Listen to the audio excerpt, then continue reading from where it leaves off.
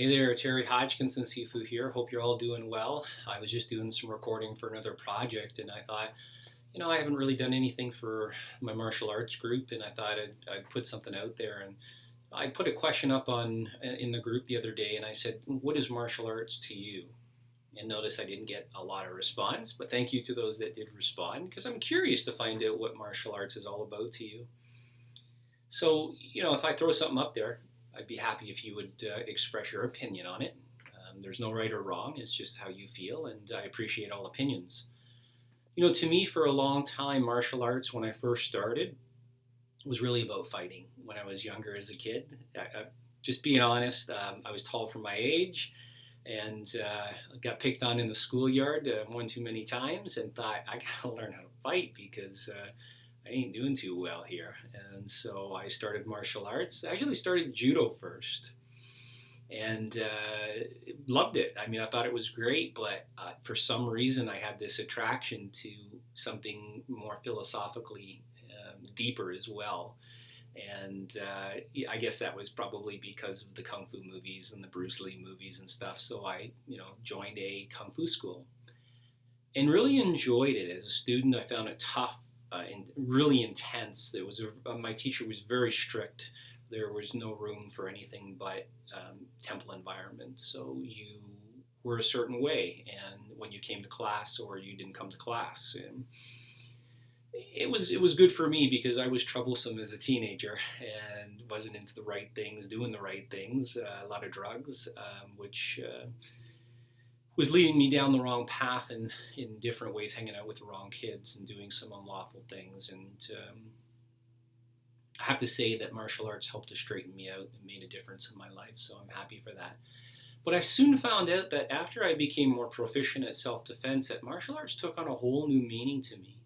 I started to delve into meditation, which I really wasn't interested in the beginning when I started, but I became more interested in, and I started becoming more centered as an individual.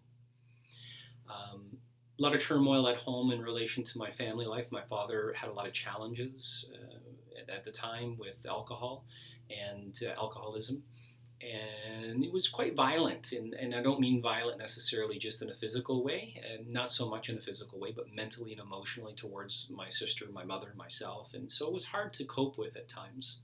But I tell you, that meditation really helped me to be able to step back and to really look at my situation and say, you know what, you don't have to get, enthralled into this. You don't have to get so attached to this situation. That this is your father and this is what his life experience is and this is what your life experience is. And that really helped out. So martial arts took on a whole different meaning to me. Now I want to get into the actual martial art part of it. There are many different reasons why people train martial arts. Some people love to fight. Some people love it for exercise. Some people love it because of the social effects when you go to your dojo or your club or wherever you're training at. Other people enjoy the self-defense. Other people really enjoy the katas or the forms. I think that there are, as many reasons to enjoy martial arts as there are people who are training martial arts. However, for me, it became far more spiritual or philosophical, or whatever you want to call it. But for me, the moves that I was learning as I was moving through the training became mechanisms. They became methods of achieving a deeper understanding, a deeper realization within inside of myself. And as I started to study old texts like the Ching from China, which is an ancient book of philosophy, I started to realize that really what martial arts was, or what martial arts is the ability that when you're doing something, a movement of some sort, whatever that movement might be, that it's a mechanism, a measurement of being able to apply yourself fully. So when you're doing a movement, your full presence needs to be behind that movement. You need to be with the movement from before it even starts, to as it's moving, to all through the movement, and to as that movement finishes, and your attention, your awareness never ceases. This is the goal. When you're doing something, as an example, I'm just taking really basic stuff here, okay? But let's say you're doing a vertical strike. Now, A lot of people, when they strike, they might do this, or they might punch here. I'm exaggerating, but you know what I'm saying, right? Okay. It takes concentration and that awareness to be able to strike so that you know exactly where it's going. So from point A, which is the departure point, the flight path, and the execution point to where you're ending up, do you have full control? Do you have full awareness of how that is being executed and delivered and finished? Because this is what you really want to concentrate on, or I should say this is what my students concentrate on, what I concentrated on. And it really is a practice, a Zen approach to martial arts. You want to have that full awareness in what you're doing. And of course, you can take it from one motion, okay, to the next motion, to the next motion. And of course, when you speed it up, you want to be able to apply it in multiple emotions. So you never lose that awareness.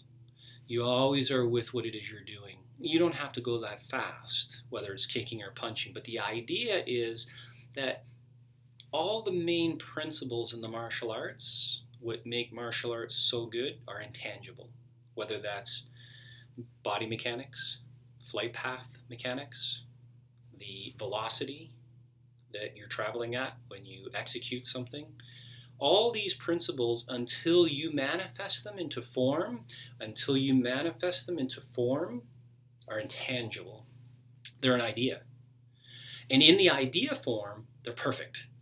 There's absolutely no deviation until your body manifests those principles and gives them expression and form.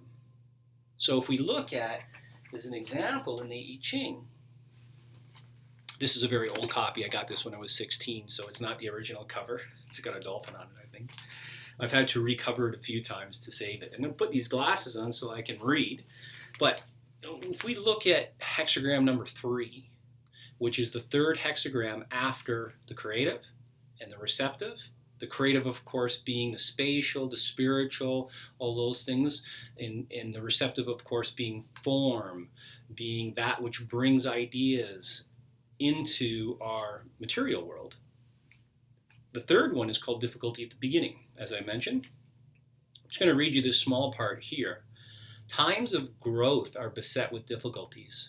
They resemble a first birth, but these difficulties arise from the very profusion of all that is struggling to attain form. Everything is in motion. Therefore, if one perseveres, there is the prospect of great success in spite of the existing danger. So it just gives you a little idea when we talk about, taking that confusion, which is, hey, here's the ideas on an intangible level. And now what we want to do is we want to bring them into manifestation, make them tangible, but maintain as much as possible the perfection those particular ideas from the creative. Because from that point of view, from the place that it comes from, it's perfect.